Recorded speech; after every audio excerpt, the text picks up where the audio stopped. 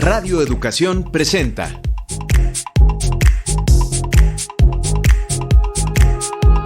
Datos y hechos, información y análisis confiables.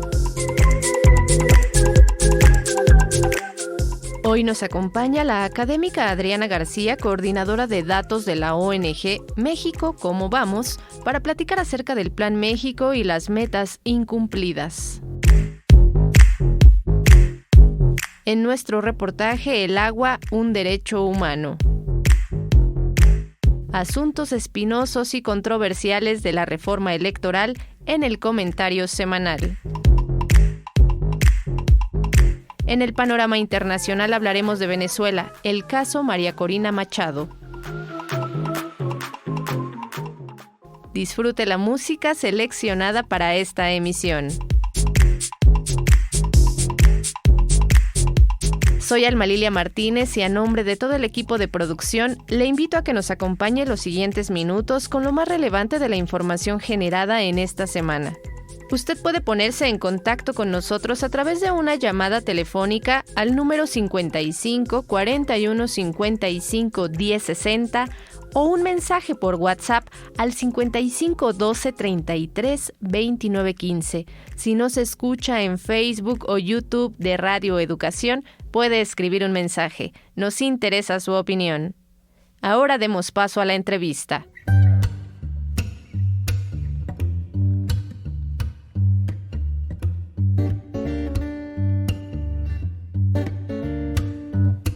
Vislumbres y versiones con Víctor Bárcenas y Adriana García.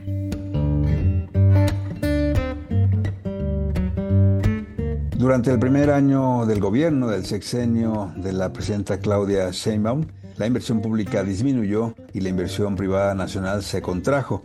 El resultado es que la economía apenas creció el 0.4% en 2025, un crecimiento realmente moderado y menor que tuvo el incremento de la población total del país.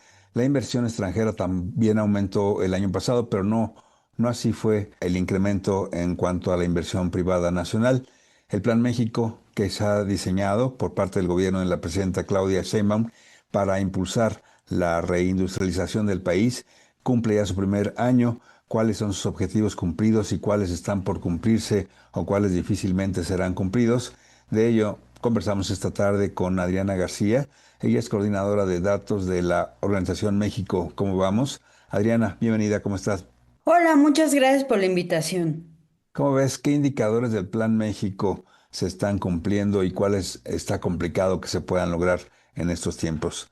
¿Qué pasa con la inversión privada nacional? Ahora sí que, como dice tu organismo, ¿cómo vamos? En México, ¿cómo vamos? Tenemos semáforos económicos para darle seguimiento al Plan México. En particular, tenemos 6, que son crecimiento económico, generación de empleo formal, valor agregado, inversión, competitividad y pobreza laboral. Pero antes de entrar a detalle, me gustaría hacer una precisión que encontramos en México, ¿cómo vamos?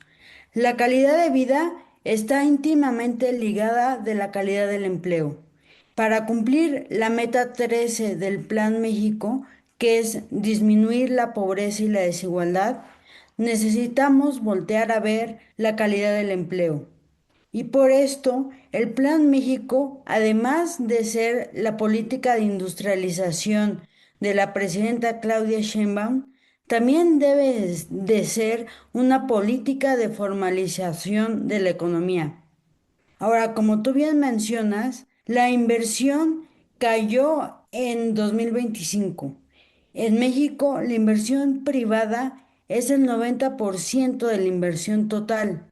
Así que la contracción tan importante que tenemos en inversión no solo corresponde o obedece a la finalización de los megaproyectos del presidente López Obrador y del esfuerzo de consolidación fiscal por parte del gobierno federal. También es reflejo de la incertidumbre, en particular nacional, con la que nos enfrentamos durante 2025 tras ser aprobados las reformas del Plan C y esta modificación a las reglas del juego que hacen más complicado planear para los inversionistas. Y ahora lo que vemos es que la inversión es el principal motor de crecimiento económico y como tú bien mencionas, el año pasado habremos crecido 0,5% anual, pero sobre todo es el motor de generación de empleos de calidad. Y cuando vemos los datos de cierre del IMSS, vemos una contracción muy importante en patrones afiliados al IMSS y una escasa generación de empleo formal, que es la segunda más baja desde el 2003 si quitamos los periodos de crisis como el 2020 y el 2009. Adriana, ahora bien, en cuanto a la meta del valor agregado de todo lo que incrementa el contenido nacional en las exportaciones, se hablaba de una meta de llegar al 58%. ¿Cómo va este, digamos, indicador? Bueno, es muy importante poner el contexto de la reconfiguración de las cadenas de suministro global, de alejarse industrialmente la dependencia que tiene o tenía Estados Unidos con China y la oportunidad que ha aprovechado México en tomar parte del mercado exportador o importaciones en Estados Unidos. Por lo tanto, esta meta ha avanzado. Nuestro semáforo en México, ¿cómo vamos? Es que el 50% del valor agregado de exportación sea mexicano y aunque tenemos avances, el semáforo económico está en amarillo. Ahora, también hay que hacer una reflexión en el plano nacional porque si queremos que aumente el valor agregado, necesitamos más energía. Necesitamos generar más energía y que ésta esté disponible a precios competitivos. Y por ello urgimos voltear a ver cómo está la legislación en el sector energético. Hay un asunto relacionado con la capacidad que tiene la administración de generar, pues, confianza entre los inversionistas y desde luego que disminuir un poco el tiempo para concretar la inversión. En ese sentido, ¿cómo está el semáforo de mexicanos? ¿Cómo vamos en cuanto a la competitividad y la forma como se permite cualquier tipo de trámites para que los inversionistas puedan, pues, hacer llegar sus recursos con confianza? En ese rubro estamos muy mal, el semáforo está en rojo, ocupamos la posición 56 del índice de competitividad global y esto nos hace estar en los últimos lugares y si sumamos la falta de infraestructura, como hablábamos en el sector energético, más las trabas administrativas que a pesar de ser una meta del Plan México, no hemos visto acciones concretas para formalizar un negocio. Es más, vemos que los patrones en el IMSS se están desincorporando. Sin duda alguna, no es la señal que queríamos con el Plan México. Hay otro indicador que podría darnos referencia en cuanto a cómo estamos en la situación económica, que es los indicadores que tienen que ver con la pobreza laboral. En ese sentido, ¿cómo estamos según el análisis que ustedes realizan? La pobreza laboral tiene un semáforo amarillo y es importante destacar los avances que hay en la disminución de la pobreza multidimensional en México. Y al analizar la encuesta nacional de ingreso y gasto de los hogares del año pasado, nos damos cuenta que el 70% de los ingresos de un hogar provienen del trabajo. Y es por ello que urgimos voltear a ver las condiciones del mercado laboral, donde más del 50% de la población ocupada en México tiene un trabajo informal, que además de carecer de seguridad social, paga en promedio la mitad que un empleo formal. Entonces, vamos en amarillo, va con una tendencia positiva o a la baja, vamos disminuyendo la población que se encuentra en esta situación. Aún así, estamos hablando de 40 millones de personas. Y hacia adelante, para mantener estos avances y continuarlos, necesitamos generar empleo de calidad. Adriana García, ¿qué tanto el hecho de que sistemáticamente desde el gobierno del López Obrador y ahora con la presidenta Sheinbaum se ha incrementado el salario mínimo, pues puede abonar a tener una pobreza laboral mucho más disminuida? Sí, lo que vemos en la disminución de la pobreza laboral es producto de una recuperación del salario promedio, no solo del salario mínimo, porque como discutíamos, más de la mitad de los trabajadores no tienen seguridad social y pues apego a la ley en cuestión salarial, pero sí hemos visto que el incremento al salario mínimo ha aumentado en promedio los salarios en México, pero con una economía que se está deteniendo, con la inversión contrayéndose, no generándose empleos de calidad y no creciendo. México, por ejemplo, crece 0,5 en 2025 y nuestro principal socio comercial, que es Estados Unidos, crece en promedio 2% anual. Y si volteamos a ver a Latinoamérica, tienen pronósticos de crecimiento de alrededor del 2%. Entonces, México no está haciendo lo suficiente para mantener en dinámica su economía y poder aspirar a que los avances en la reducción de la pobreza se mantengan. Claro, hay otra meta fundamental del proyecto del Plan México y sobre todo a nivel de lo que se consolide al final del sexenio, que es lograr estar México en el 10.º lugar de economías mundiales. Estamos ahorita en el 13. ¿Qué tanto se está perfilando esta perspectiva de consolidar, mejorar económicamente para lograr ser la 10.ª economía del mundo? Bueno, definitivamente no vamos en el camino indicado. Como sabemos, el año pasado, cuando se anunció el plan, México estaba en la posición 12ª de acuerdo al Banco Mundial. Con los últimos datos, está disminuye un lugar, pero más allá de disminuir ese lugar, vemos que el dinamismo de otros países, otras regiones del mundo, superan a México. Y cuando vemos nuestros principales socios comerciales o cuando vemos por la región de Latinoamérica, nos damos cuenta que México internamente está haciendo algo mal porque no estamos creciendo al promedio que nuestros pares. En cuanto al diálogo que tiene el gobierno federal con los grupos empresariales y que además les convenza de, por ejemplo, impulsar los polos de desarrollo, ¿cuál es la perspectiva que ustedes ven respecto de esta necesidad de acercamiento, convencerles de la necesidad de la inversión interna que al final les beneficia tanto a ellos como al país en la producción de empleos? Bueno, sin duda alguna se han mostrado señales muy positivas de un diálogo entre gobierno y sector privado, en especial los grandes empresarios, lo cual es fundamental para que el país crezca.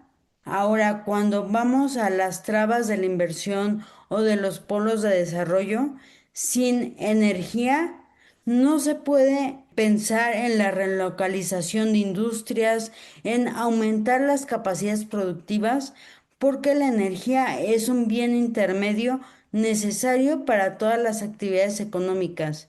Entonces, si el gobierno realmente quiere crear esta sinergia entre la iniciativa, entre la inversión privada y pública, necesitamos generar las bases para que México pueda tener la energía que necesita.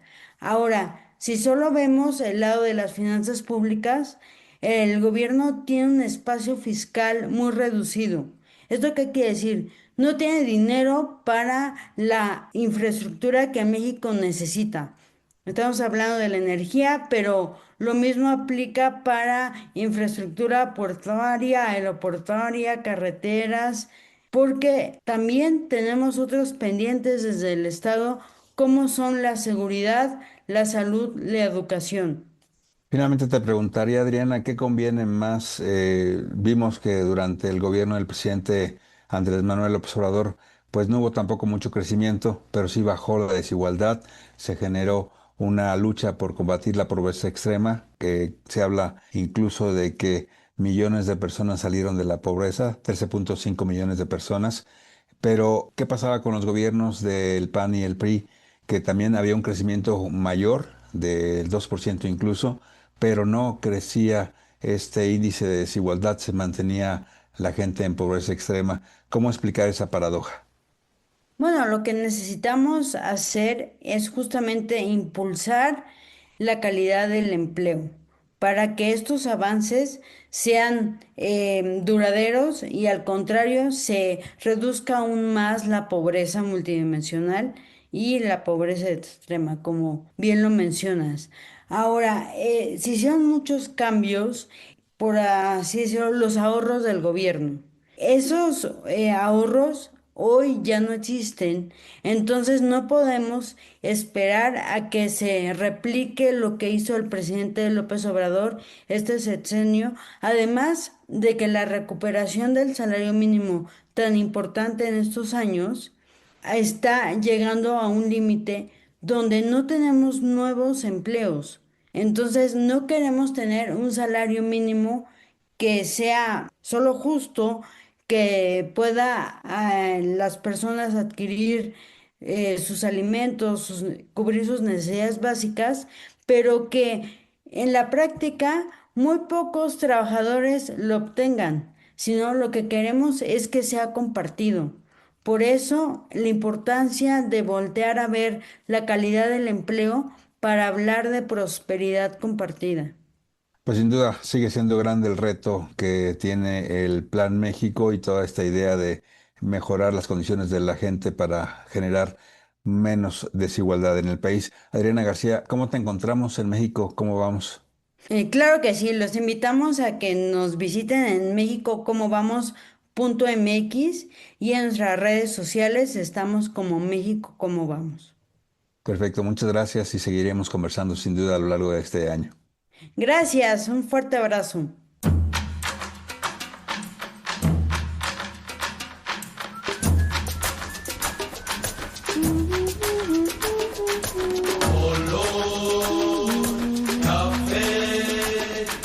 Me gusta tu color café. Color café. Me gusta tu color café.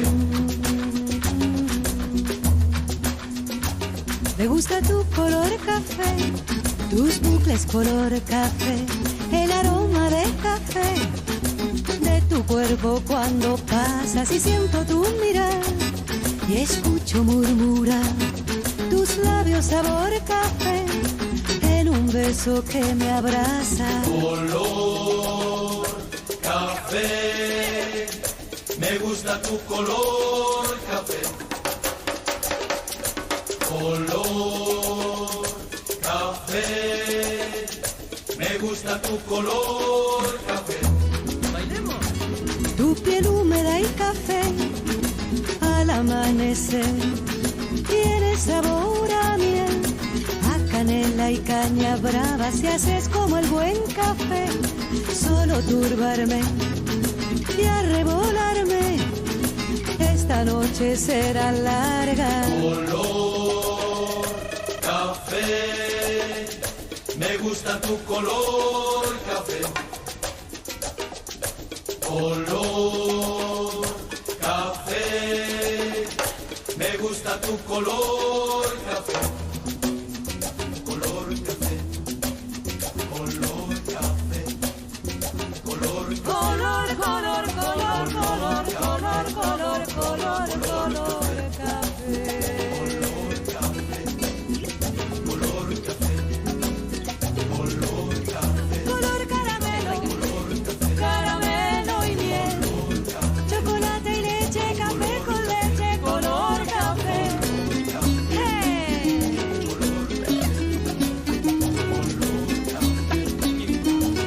Sin querer filosofar, el amor es como el café. Se bebe, se goza y es un instante y luego pasa. Terminemos de una vez, ya está bueno de café. Y dime qué futuro ves en el fondo de la taza. A Agradecemos a la académica Adriana García por el análisis que se ha realizado en la ONG México ¿Cómo vamos?, acerca del Plan México y las metas incumplidas en el 2025. Y sí que la presidenta Sheinbaum tiene muchos retos por remontar. Y nos alegramos con la música Tu Color Café. Es la versión en español que la cantautora chilena Mariana Montalvo grabó del clásico francés Couleur Café de Sergei Gainsbourg, uno de los grandes iconoclastas de la chanson francesa. Es una reinterpretación cálida y festiva que mezcla la tradición francesa con la sensibilidad latinoamericana.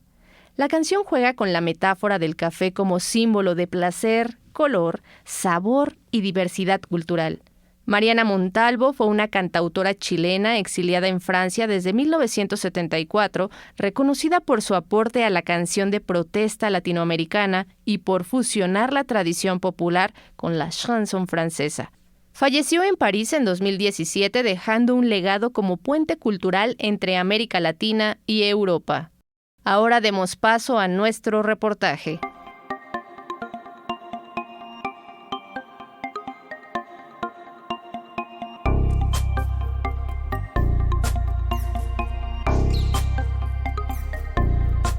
Conexión informativa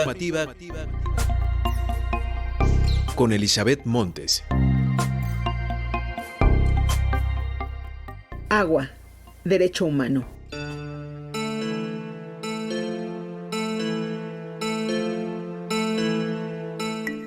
Desde diciembre de 2025, México se encamina a un nuevo modelo de gestión hídrica, ya que con la aprobación del nuevo marco normativo en materia de aguas, se expidió la Ley General de Aguas y reformas a la Ley de Aguas Nacionales. Los cambios hechos en esta última son modificaciones profundas en la regulación del uso y aprovechamiento del agua en México, priorizando el consumo humano y la sostenibilidad. Con ello se incorpora la responsabilidad hídrica exigible a todos los usuarios, así como el principio de seguridad hídrica para garantizar el derecho humano al agua. Así lo comentó la doctora Judith Domínguez Serrano, investigadora del Colegio de México y experta en materia de agua, al participar en el foro Nuevo Régimen Jurídico del Derecho Humano al Agua y las Concesiones, organizado por el Instituto de Investigaciones Jurídicas de la UNAM. Yo sí veo una ley, primero, permeada por el derecho humano al agua, o sea, la Ley General de Aguas permea la Ley de Aguas Nacionales en muchos artículos importantes, en el tema de planificación, creo que también en el tema de las concesiones. Segunda idea, también hay un fortalecimiento de la Rectoría del Estado que era muy necesaria. En otros foros yo siempre he dicho que estamos todavía, ¿no? Ya menos quizá, pero en una situación de ingobernabilidad afuera, ¿no? Cada quien hacía lo que quería, ¿no? Los usuarios se creían dueños del agua, algunos más que otros, en fin, y la Conagua no estaba presente. Entonces, yo sí veo un fortalecimiento de la Rectoría del Estado. Como todo cambio, las reformas a la Ley de Aguas Nacionales han provocado polémica en actores que hasta hoy han sacado ganancia de las concesiones del agua. Los principales cuestionamientos provienen de las grandes corporaciones industriales y agroindustriales, de algunos municipios, partidos políticos y productores agrícolas. Y es que una parte significativa de las concesiones para el uso industrial y de servicios no paga derechos por el 80% del agua que utilizan. Así lo revelan datos de la Comisión Nacional de Agua. Judith Domínguez, experta en materia de agua, considera que no hay inconstitucionalidad en los cambios realizados, como acusan los afectados por este nuevo régimen del agua. Con un análisis constitucional y administrativo de por qué dos leyes y totalmente defendible, ¿no? En términos jurídicos y constitucionales, sobre todo. Si la ley llega a tener problemas de constitucionalidad, va a ser por actos aplicativos, diría yo, pero no porque haya dos leyes, ¿no? Yo ahí no le veo ningún problema. El agua es un derecho humano, artículo 4. El agua es un recurso natural, artículo 27, para ser usado mediante concesión. El agua es un servicio público, artículo 115 constitucional, y no por eso estoy dividiendo el agua, no lo estoy haciendo, es la misma agua, pero la estoy interpretando o usando o desarrollando de distintas maneras dependiendo del fin, y la Constitución tiene 3 artículos distintos para mirar así el tema del agua. Entonces, yo no le veo problemas de constitucionalidad porque haya 2 leyes.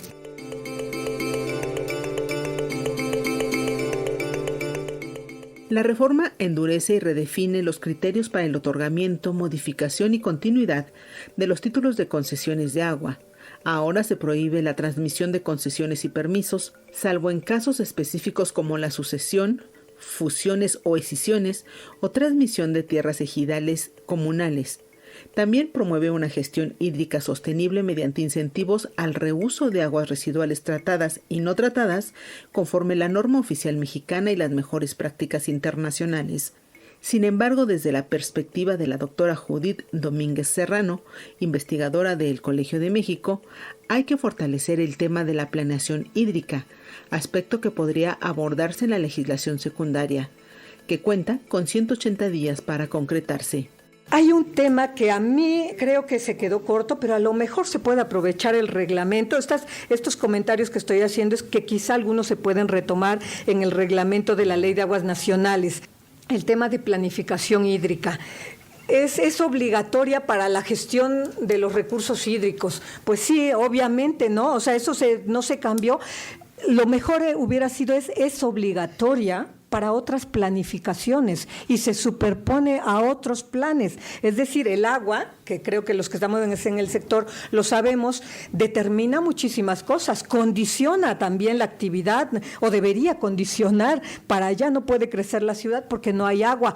Ahí no podemos poner actividades industriales, cualquiera que sea, porque no hay agua. Mejor en otro. Entonces, la planificación hídrica tiene que ser obligatoria y tiene que ser prevalente a otros planes, por ejemplo, el de desarrollo urbano, al económico, al de desarrollo regional. O sea, eso sí se podía haber dicho y creo que ahí sí se quedó corto. Es una oportunidad perdida para darle fuerza a la planificación hídrica, toda vez que sí se hacen cambios ahí.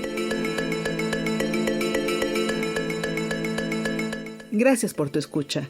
Nos reencontramos el próximo viernes con otro tema de interés, aquí en Datos y Hechos.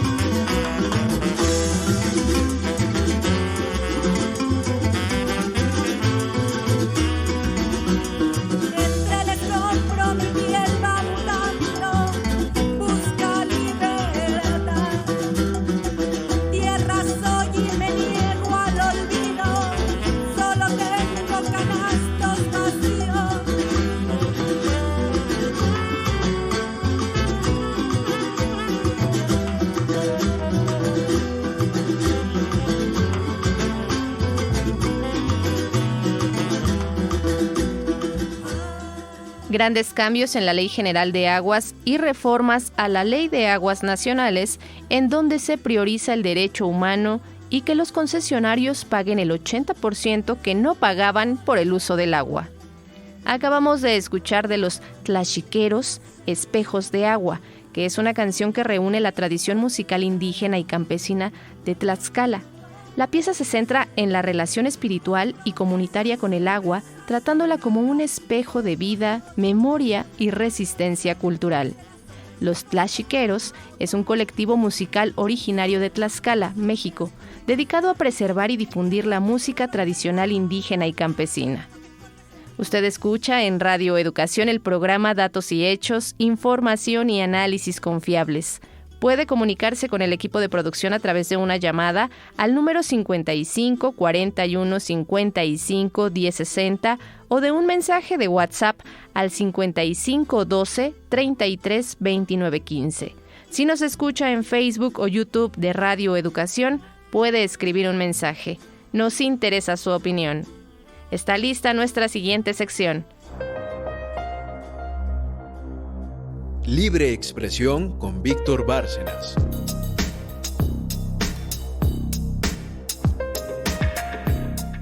Asuntos espinosos y controversiales de la reforma electoral.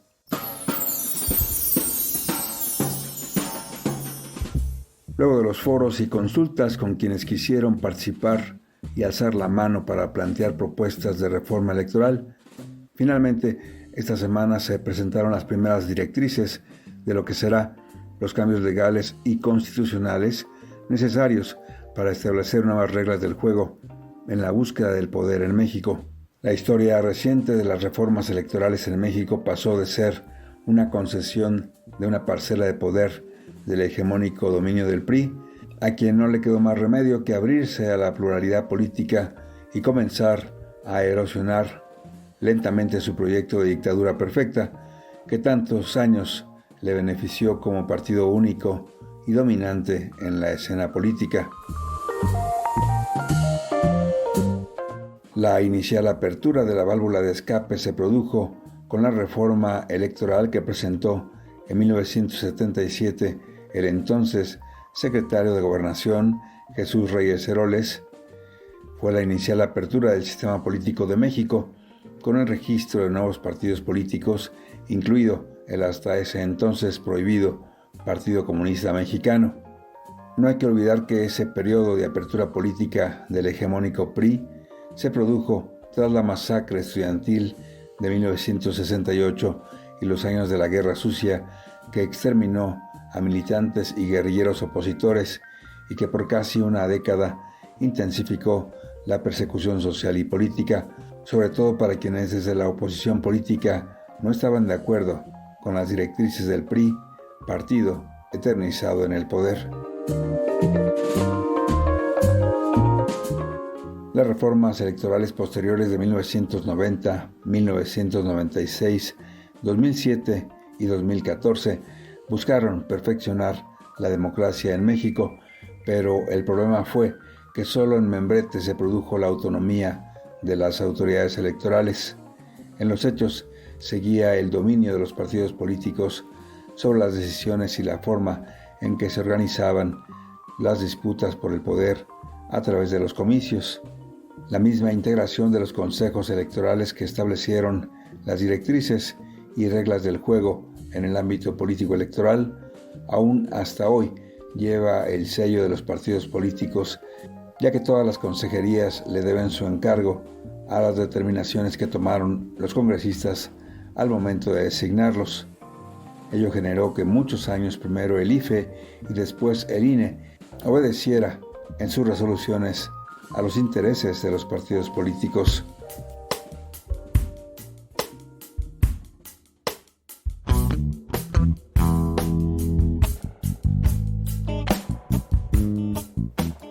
La reforma electoral es indispensable para perfeccionar la democracia en el país y es la primera oportunidad que el debate sobre una actualización de la forma en que se disputa el poder en México es tutelado por un gobierno y un partido de la llamada izquierda o que se autonombra como progresista.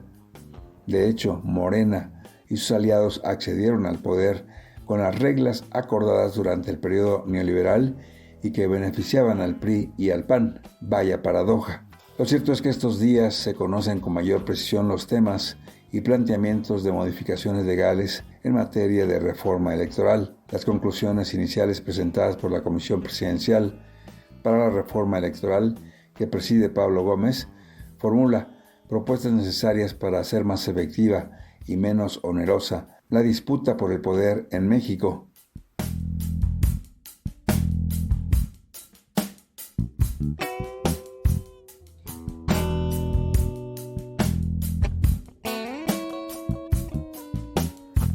Entre los temas a discutir se prefigura la reducción de casi 50% del presupuesto destinado a los partidos políticos, la modificación de las cámaras con la reducción de legisladores plurinominales, mejorar la democracia participativa y de las consultas populares, también garantizar la autonomía del INE, la eliminación del fuero de legisladores y finalmente profundizar la austeridad en los organismos públicos locales electorales, los llamados OPLES, entre otros asuntos. Lo que es una realidad es que este debate no debe ser aplazado, toda vez que para que las modificaciones en materia político-electoral puedan entrar en vigor y aplicarse durante la elección del año 2027, deben aprobarse los cambios legales durante el periodo legislativo del Congreso, que inicia en febrero próximo. Sin duda, en los próximos meses se intensificará la discusión sobre la reforma electoral y quizá este debate termine rompiendo la alianza de Morena con el Partido Verde y el Partido del Trabajo, ya que ellos serán perjudicados directamente al reducirse el número de diputados plurinominales y también con la disminución considerable de dinero destinado a los partidos políticos. Ya veremos qué se acuerda y si se rompe la cuerda. Y recuerden, a pesar de todo, la maravilla nos acecha, no la dejen escapar.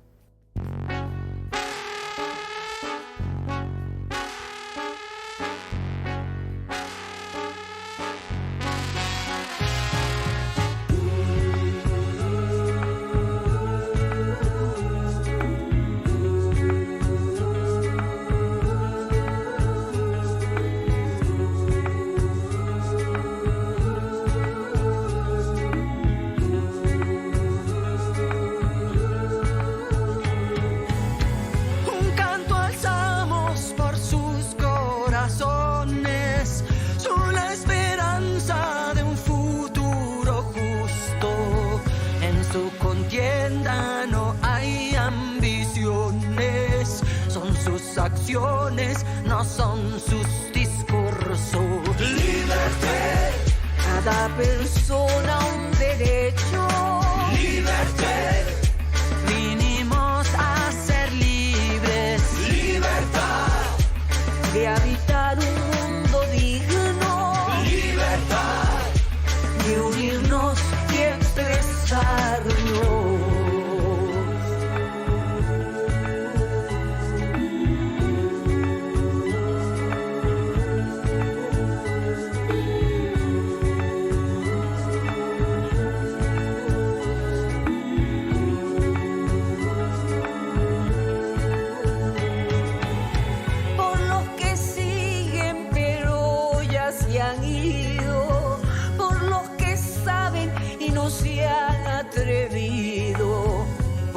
Que entienden que este es su destino y no dudan del camino escogido. Liberté.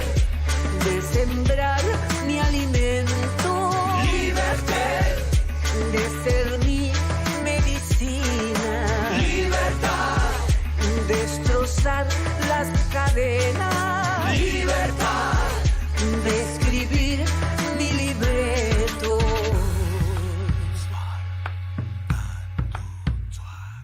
Qué skill se pasa ver la libertad. Anoche tuve un sueño y hoy me desperté pensando, ¿qué sería de nosotros si fuéramos un uno, si fuéramos un todo? The fascism der Freiheit. El hombre crea las guerras donde no las hay. Luchando con amor por nuestras ideas podremos volar libres como las estrellas.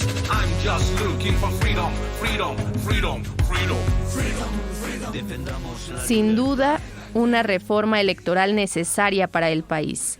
Estaremos atentos a las discusiones y la resolución que se dé en el periodo legislativo del Congreso, que iniciará muy pronto, en febrero. Escuchamos a Los Aterciopelados, Susana Baca, Dr. Shenka, Enrique Bunbury interpretar la canción Liberté, que está dedicada a la defensa de los derechos humanos, inspirada en el mural Todos los derechos, todas las personas, del artista Eva Bracamonte. Participan Aterciopelados, de Colombia, referentes del rock alternativo latinoamericano. Susana Baca, de Perú, cantante y exministra de Cultura reconocida por rescatar la música afroperuana. Dr. Shenka, de México, vocalista de Panteón Rococó, ligado al ska y a la protesta social. Enrique Bunbury, de España, ex líder de Héroes del Silencio, con una trayectoria en rock y canción de autor. La temática y mensaje de Liberté evocan la libertad como valor universal en sintonía con la Declaración Universal de los Derechos Humanos. La diversidad cultural florece en la unión y el compromiso de artistas que vienen de distintos horizontes. Sus voces entrelazadas tejen un canto común que recuerda que la dignidad humana no conoce fronteras y que su defensa viaja libre sin límites. Su estilo musical es una fusión de rock alternativo, ska y matices afroperuanos con un tono festivo, pero profundamente comprometido. Ahora trasladémonos al sur de nuestro continente. Escuchemos qué pasa en esa parte del mundo.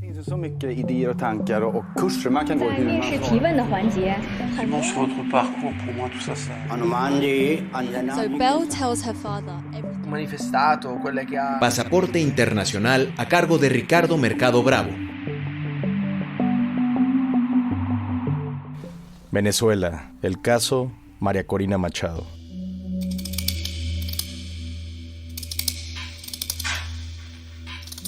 No cabe duda que han sido turbulentas estas 2 primeras semanas del año para Latinoamérica. Como si del Señor de los Anillos se tratara, el ojo de Sauron, tremendamente bien representado por Donald Trump y su gobierno, ha estado de manera súbita puesto en Centro y Sudamérica. Las amenazas a los gobiernos que no se alineen con su visión del mundo han sido especialmente atormentados por su facilidad para decir cualquier tipo de barbaridad.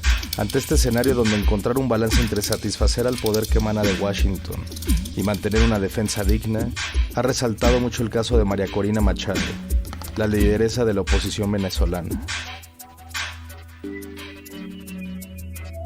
Vamos por partes. Tras la captura de Maduro y el bombardeo a posiciones estratégicas del ejército de Venezuela por parte de los Estados Unidos, han surgido más preguntas que respuestas, en especial en torno al futuro que enfrentará el país. ¿Cuánto más va a resistir el chavismo? Delcy Rodríguez logrará retener el poder ante otros personajes poderosos dentro del movimiento chavista y María Corina Machado logrará ser la primera mandataria llegada de la oposición en este siglo. Tras el fervor inicial que desató la captura de Maduro en la oposición venezolana, siguió la decepción. Para Trump, como lo ha manifestado en varias ocasiones a lo largo de estos 11 días, la captura del petróleo venezolano es el objetivo principal. Esto esconde un conejo en el sombrero, ya que el fin principal para la administración trumpista es mantener el llamado petrodólar.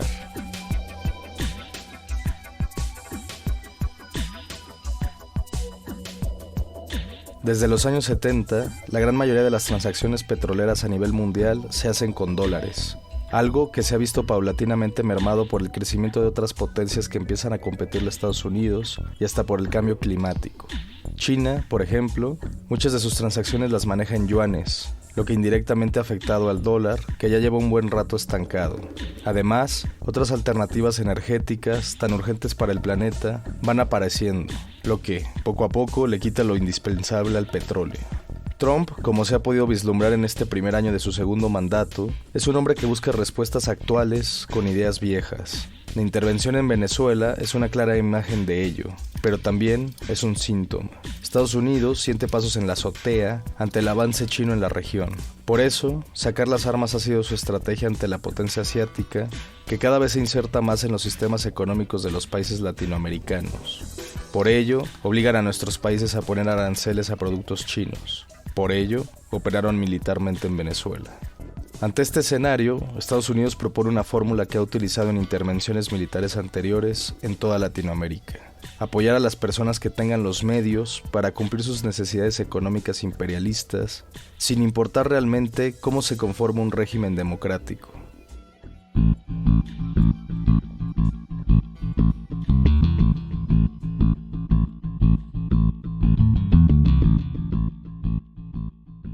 Como bien sabemos en nuestra región, y como el mundo ha visto en Asia, África e Indochina en los últimos 50 años, la excusa de imponer un sistema Made in USA nunca ha salido bien.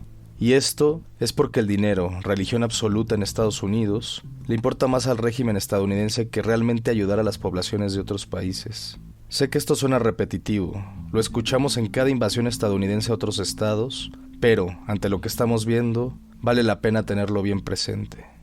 Dentro de todo lo anterior, está la figura de María Corina Machado. A la opositora al régimen chavista, al parecer, le ha salido todo mal en estos días.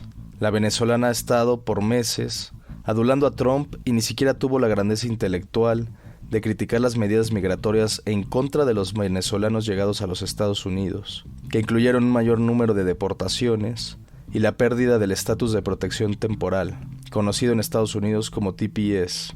María Corina ha sido, digámoslo claro, como el público en programas de televisión, una simple aplaudidora de toda acción que hace Trump en el contexto internacional. En su discurso de aceptación del Premio Nobel de la Paz, en otro acto de servilismo ante el poder, tuvo a mal tomar la decisión de aprovechar aquel escenario para adular al presidente estadounidense. Tanta desesperación por quedar bien con Trump se ha acabado por entender mejor en el transcurso de estos días. Distintos medios estadounidenses, con fuentes dentro de la Casa Blanca, filtraron las razones por las cuales a Trump y a Marco Rubio no les convence del todo Corina Machado. Y estas son una mezcla de pragmatismo político, un poco de miedo a perder adeptos y la simple y llana animadversión personal.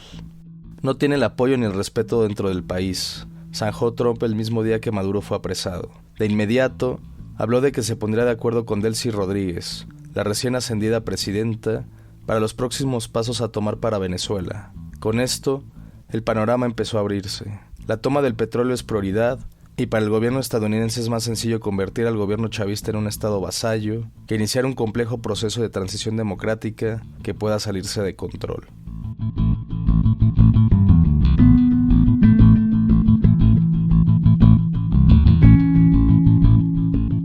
La frase de Trump no va en sentido del apoyo popular de Corina Machado, quien sin duda ganaría unas elecciones presidenciales en este momento. Más bien, señaló que dentro de las esferas con verdadero poder en Venezuela, Corina Machado es abiertamente repudiada. Hacerla presidenta en estos momentos sería una apuesta destinada al fracaso y una garantía de que Estados Unidos tendría que desplegar tropas para mantener el orden en el país sudamericano. Esto último es una de las barreras que prometió Trump no saltarse, pues la promesa de salirse de Afganistán fue una de las grandes razones por las que fue votado para su primer mandato. Trump ha dicho que no quiere intervenciones que duren años en países extranjeros. Por ello, elegir a Corina Machado sería traicionar ese principio. A Corina Machado, nacida en una cuna de oro, siempre le ha caracterizado una retórica muy polarizante que no ayudaría a lograr una transición pacífica dentro del país. Al menos, así lo estiman los estadounidenses. Pero, como lo filtró el Washington Post, el que la venezolana no haya rechazado el Nobel y pedido que se lo dieran al presidente estadounidense hizo que brotara del burdo ser de Trump la envidia más pura. El caso María Corina Machado, como también se mostró el día de ayer, es un síntoma de viejos males que reviven en el presente. Una figura política que puede vender su país al mejor postor con tal de ostentar el poder, y un presidente estadounidense que promete un sistema político ideal cuando lo único que le importa son las materias primas que pueda extraer. Venezuela necesita un futuro. Corina Machado quizás no sea la solución.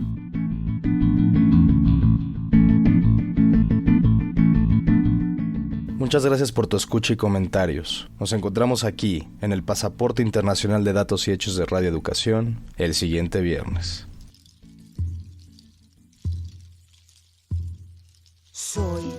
Soy lo que dejaron, soy toda la sobra de lo que se robaron. Un pueblo escondido en la cima, mi piel es de cuero, por eso aguanta cualquier clima. Soy una fábrica de humo, mano de obra campesina para tu consumo. Frente de frío, en medio del verano, el amor en los tiempos del cólera, mi hermano. El sol que nace y el día que muere, con los mejores atardeceres. Soy el desarrollo en carne viva, un discurso político sin saliva. Las caras más bonitas que he conocido, soy la fotografía de un desaparecido, la sangre dentro de tus venas, soy un pedazo de tierra que vale la pena. Una canasta con frijoles, soy Maradona contra Inglaterra, anotándote 2 goles. Soy lo que sostiene mi bandera, la espina dorsal del planeta es mi cordillera. Soy lo que me enseñó mi padre, el que no quiere a su patria, no quiere a su madre. Soy América Latina, un pueblo sin piernas pero que camina. Oye, tú no puedes comprar el viento, tú no puedes comprar el sol, tú no puedes comprar la lluvia, tú no puedes comprar el calor, tú no puedes comprar las nubes, tú no puedes comprar los colores, tú no puedes comprar mi alegría, tú no puedes comprar mis dolores. tú no puedes comprar el viento, tú no puedes comprar el sol, tú no puedes comprar la lluvia, tú no puedes comprar el calor, tú no puedes comprar las nubes, tú no puedes comprar los colores, tú no puedes comprar mi alegría, tú no puedes comprar mis dolores. tengo los lagos, tengo los ríos, tengo mis dientes pa' cuando me sonrío, la nieve que maquilla mis montañas, tengo el sol que me seca y la lluvia que me baña. Un desierto embriagado con peyote, un trago de pulque para cantar con los coyotes. Todo lo que necesito, tengo a mis pulmones respirando azul clarito. La altura que sofoca, soy las muelas de mi boca, mascando coca. El otoño con sus hojas desmayadas, los versos escritos bajo la noche estrellada. Una viña repleta de uvas, un cañaveral bajo el sol en Cuba. Soy el mar Caribe que vigila las casitas, haciendo rituales de agua bendita.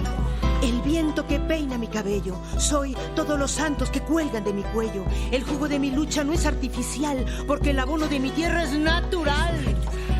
Tú no puedes comprar el viento, tú no puedes comprar al sol, tú no puedes comprar la lluvia, tú no puedes comprar el calor, tú no puedes comprar las nubes, tú no puedes comprar los colores, tú no puedes comprar mi alegría, tú no puedes comprar mis dolores. não se pode comprar o vento, não se pode comprar o sol, não se pode comprar a chuva, não se pode comprar o calor, não se pode comprar as nuvens, não se pode comprar as cores, não se pode comprar minha alegria, não se pode comprar minhas dores, no puedes comprar el sol. Ya escuchamos el amplio comentario acerca de Trump y sus intereses reales en Venezuela y su relación con Corina Machado.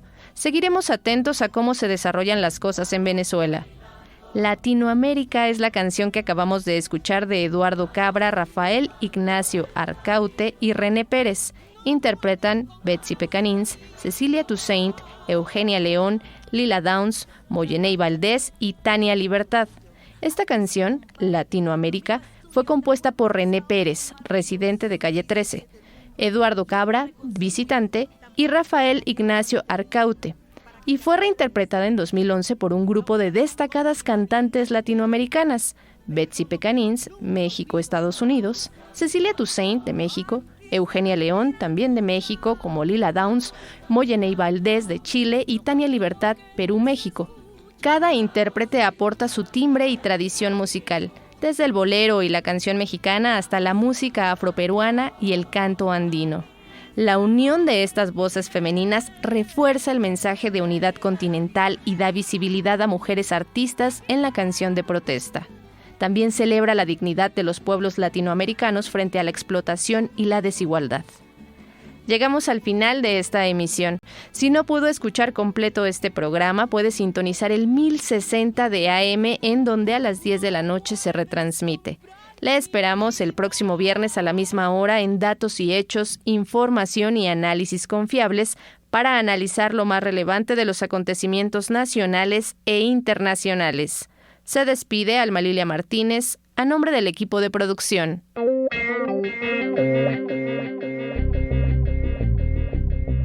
Esto fue Datos y Hechos, información y análisis confiables.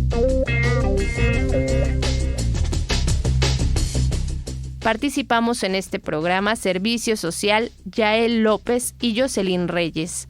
En el equipo de producción Guillermo Lagarda Trillo, Erendira Salazar, Víctor Bárcenas, Elizabeth Montes, Ricardo Mercado Bravo, Sergio Bonilla, Alma Lilia Martínez y Laura Elena Padrón.